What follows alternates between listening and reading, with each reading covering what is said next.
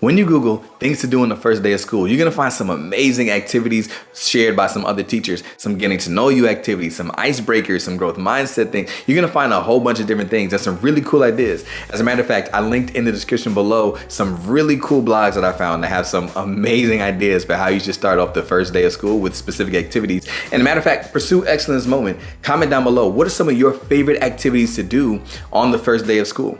But I just wanna caution you, because sometimes when we focus on those little activities, we can miss the bigger picture.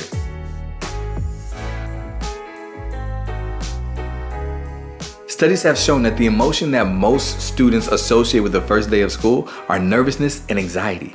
And you really only have a brief window to let students know that they're going to be comfortable in your classroom. And if they leave your classroom at the end of the first day after participating in a whole bunch of different fun activities, but you didn't do anything to address their nervousness or address that anxiety, then day 2 can be tough, and day 3 and 4 and beyond can be tougher than we need it to be. As a matter of fact, watch this.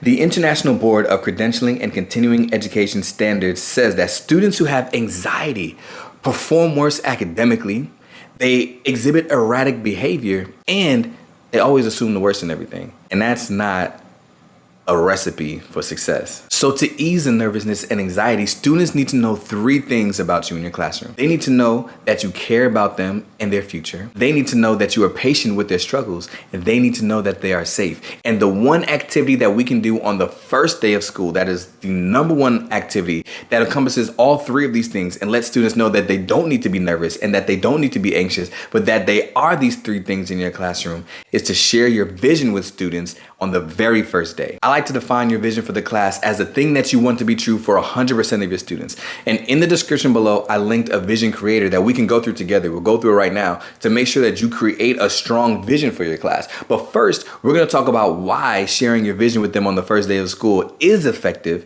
And then we'll talk about how to create your own unique vision. But if we're just meeting, my name is Darryl Williams Jr. and I'm the founder of the Pursuit of Excellence family, where my goal is to maximize student growth by developing their life skills, mindsets, and character. So like I said, the first thing that the students need to know is that you care about them and their success and their future. And the reason why sharing your vision is so effective to communicate this is because, remember, your vision is supposed to be something that you envision for 100% of your students.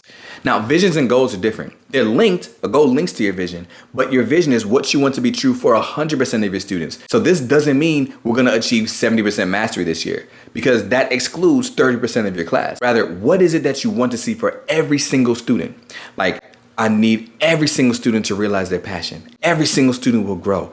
Every single student will become their best self. Whatever it is, what is it that you're communicating for every single student? And the reason why that's effective is because now, as a student in your classroom that is nervous about this school year, that is anxious about this school year, I'm hearing you communicate that you care about me.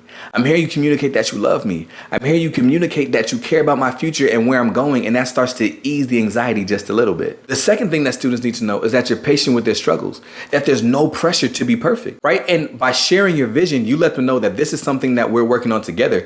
And students will be able to interpret that since this is something you care about, you're willing to support me through this. A lot of times students feel anxious and they feel nervous when there's a high expectation and they don't have the support to get there. So now they feel as if they can't make it. But if you're communicating to them that this is the vision I have for all of my students, now as a student in your classroom, I'm starting to believe that if this is your vision, you're gonna support me to get there because it's your vision. Right? Like, you want it to come true. So since you want it to come true, you're going to put in the work that is necessary to get us there, even if that means being patient with me and supporting me. So students need to hear that. The next thing that students need to know is that they are safe.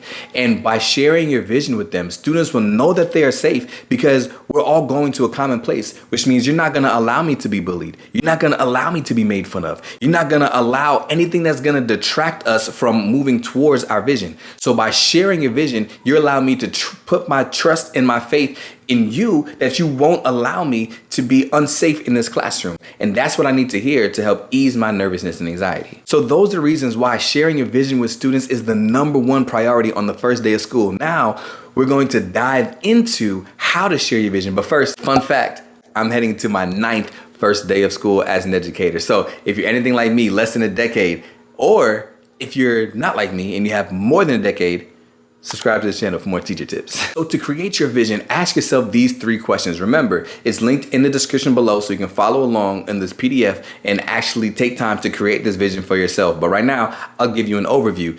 The first question you need to ask yourself is, why did I become an educator? The second thing you need to ask yourself is, what are my core values, principles, and beliefs? And the third thing that you have to ask yourself, which is actually my favorite of these three questions, is what bothers you the most? And when you ask yourself these three questions, what I would like for you to do is jot down your responses, take as much time as you need to, do a brain dump as many different bullet points, as many different items that you need to help answer this question. Because once you answer all three of these questions, then there's one question you need to answer to define your vision. And the one question that you need to answer after answering these three is, what do I want for 100% of my students this year? The reason why it's linked to those three questions is because when you ask yourself what your why is, then everything is built upon the reason why you started this thing in the first place. Then when you tie in your core values, your principles and beliefs, those are the standards that you're gonna uphold for yourself to make sure that that vision comes true. And then lastly, when you ask yourself what bothers you the most, that's going to be the catalyst that's going to drive you to make sure that your students don't leave you with those things that bother you. So for somebody, it bothers you when you see a student leave school and still can't read. For some people, it bothers you when you come across somebody in the grocery store, right, and they don't have any manners. And because those things bother you, they now tie into your vision. So you say, I need to make sure that my students are nothing like this. And that's going to be the catalyst that drives you. But I go really deep into how to build a vision in another video. Matter of fact, I'll link it right here. Skip to 3 minutes and 40 seconds and you'll see exactly how to build your vision for this next school year.